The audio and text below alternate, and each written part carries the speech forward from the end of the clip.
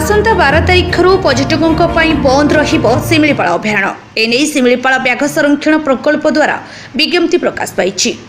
प्रकाशित विज्ञप्ति अनुसार पर्यटकों मानक अभयारण्य आसंता 12 तारिख ठारू सेप्टेम्बर 30 पर्यंत बंद रहिबो।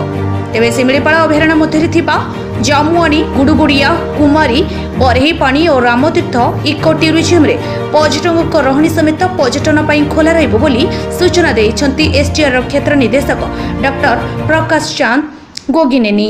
अन्यपटे पुणी शिमिलीपाल खोला हेबा नै विज्ञप्ति माध्यम सूचना दियाजिबो बोली एसटीआर पक्षरु सूचना दिया जायछि। हमारा प्रतिवर्ष हुए वर्षा दिन बंद रहे शिमिलीपाल, तेणु एथर शीघ्र पलै आसी मानसून था 10 तारिख को छुईबार फोरकास्ट रहा तो आम 12 तारिख बंद करुचु। प्रति सबू डे टूरिज्म बंद हो गाड़ी के फसी पारे नहीं। 30 सेप्टेम्बर पर्यंत सेटा बंद चालू रहा वर्षा देखिकी आम खोलू। या मझे आमर नेचर कैंप किंतु चलो गुड़गुड़िया अच्छी, कुमारी अच्छी, बरेपानी, जामुआनी ये सब नेचर कैंपटा चालू रहिबो, किंतु जो सफारी होची सेटा हबो नहीं।